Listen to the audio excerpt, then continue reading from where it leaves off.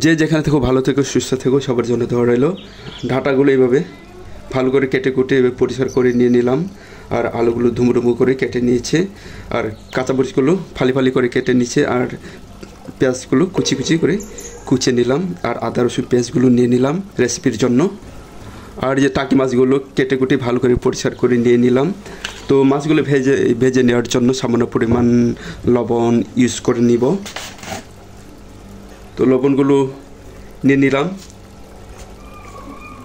তো লবণগুলো অ্যাড করে দিলাম, আর সামান্য পরিমাণ হলুদ যোগ করে নেব। তো মাছ ভাজাটা সবারই কম বেশি জানা আছে কিভাবে মাছগুলো ভেজে নিতে হয়, তো এটা নতুন কিছু নয়। তো মাছগুলো ভালো করে মিক্স করে নিতে হবে। তো মাছগুলো ভালো করে মিক্স করে নিয়ে নিলাম। তো আমার এই রেসিপিটা প্রথম থেকে শেষ পর্যন্ত দেখার অনুরোধ রইল। তো মাছগুলো ভেজে নেওয়ার জন্য তেলগুলো অ্যাড করে নেব। তেলগুলো হয়ে এলে মাছগুলো ভেজে নেব। মাছগুলো ভেজে নিচ্ছি।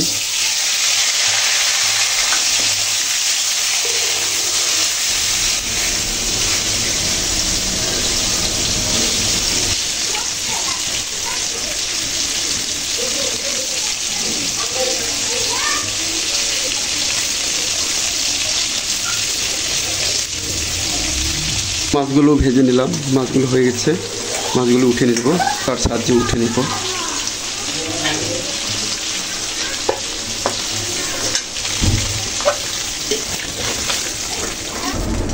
তো সব মাছগুলো উঠিয়ে নিলাম। গ্যাস পর্যাপ্ত পরিমাণ ছিল না, তাই মাছগুলো ভেজে নিতে একটু বেগ পেতে হলো। এরপর যোগ করে নেব কেটে রাখা আলু সবজিগুলো হালকা করে ভেজে নেব।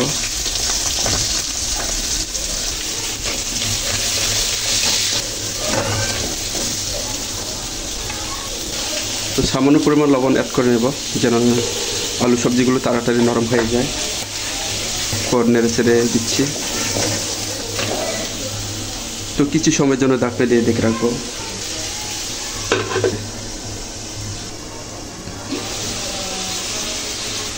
তো কিছু সময় ঢাকনা দিয়ে রাখার পর আমার কাছে মনে হলো একদম পারফেক্ট নরম হয়ে গেছে। এরপর ওই কেটে রাখা ডাঁটাগুলো অ্যাড করে নেব। ডাঁটাগুলো হালকা করে ভেজে নিচ্ছি।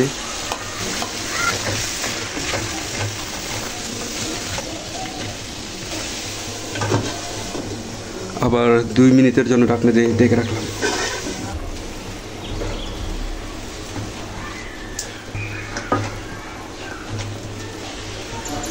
সবজিগুলো কিছু সময় নিয়ে ভেজে নিলাম।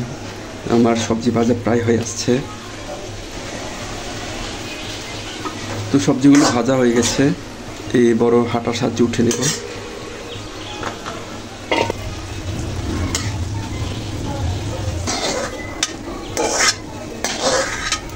সবজিগুলো ভেজে নেওয়ার পর তেল একদম শুকিয়ে গিয়েছিল, হালকা তেল অ্যাড করে নেব।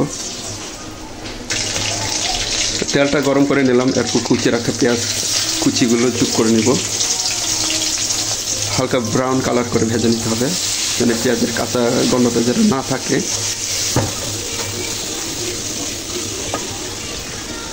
তো এর সাথে আদা রসুন যে পেস্ট, এটাও অ্যাড করে নেব। আদা রসুনের পেঁয়াজগুলো অ্যাড করে নিলাম।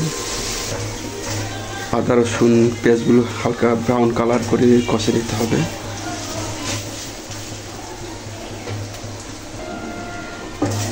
আদা রসুন পেঁয়াজগুলো কিছু সময় নিয়ে কষে নিলাম। এরপর অ্যাড করে নিতে হবে হলুদ গুঁড়া, এরপর ধনিয়া গুঁড়া 1 চা চামচ, জিরার গুঁড়া 1 চা চামচ দিয়ে নিলাম।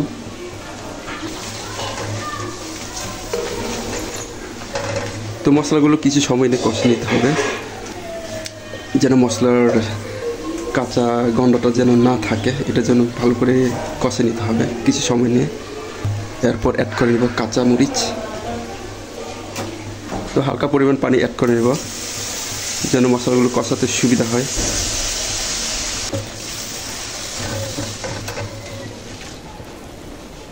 এরপর অ্যাড করে নেব লবণ। আমার স্বাদ মতো করে আমি লবণগুলো অ্যাড করে নিচ্ছি। চাইলে আপনি ভারী বা কমেও নিতে পারেন।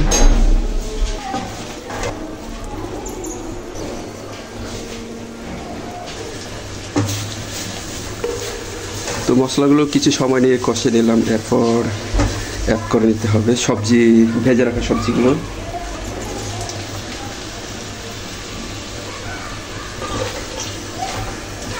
তো সবজিগুলো ভালো করে নেড়ে চেড়ে দেবো, যে মশলাগুলো যেন সবজির সাথে ভালো করে লেগে থাকে, এতে কিন্তু খেতেও ভালো লাগবে। তো এইভাবে নেড়ে চেড়ে দিচ্ছি। যে সকল আমার ভাই ও বোনেরা যে যেখান থেকে দেখছো, লাইক দিয়ে দেখে নিও।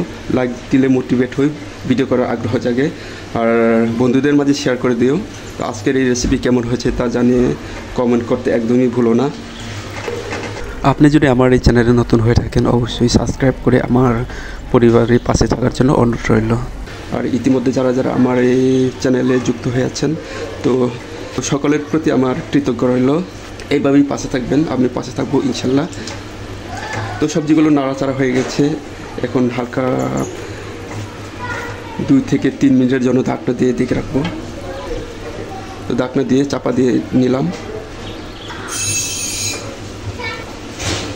তো কিছুক্ষণ পর আবার চলে এলাম। তো এইভাবেই কিছুক্ষণ পর একটু পর নেড়ে চেড়ে দিতে হবে, যেন কড়াইয়ের তলায় যেন চট করে লেগে না যায়। তো নেড়ে চেড়ে দিচ্ছি। এরপরে যে ভেজে রাখা মাছগুলো অ্যাড করে নিব, হালকা নেড়ে চেড়ে দিতে হবে। আর কিছু সময়ের জন্য ঢাকনা দিয়ে চাপা দিয়ে রাখবো।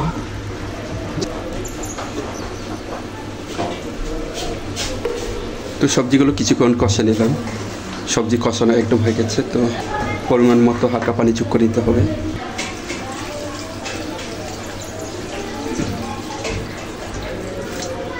আর কিছুক্ষণের জন্য ঢাকনা দিয়ে দেখে রাখবো।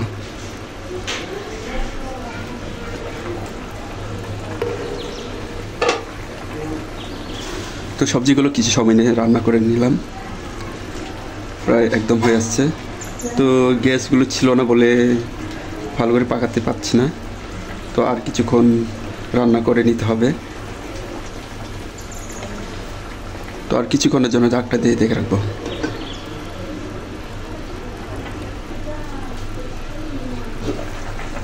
তো কিছু সময় নিয়ে রান্না করে নিলাম, সবজি রান্না একদম হয়ে গেছে। তো পরিবেশন করার জন্য একদম রেডি।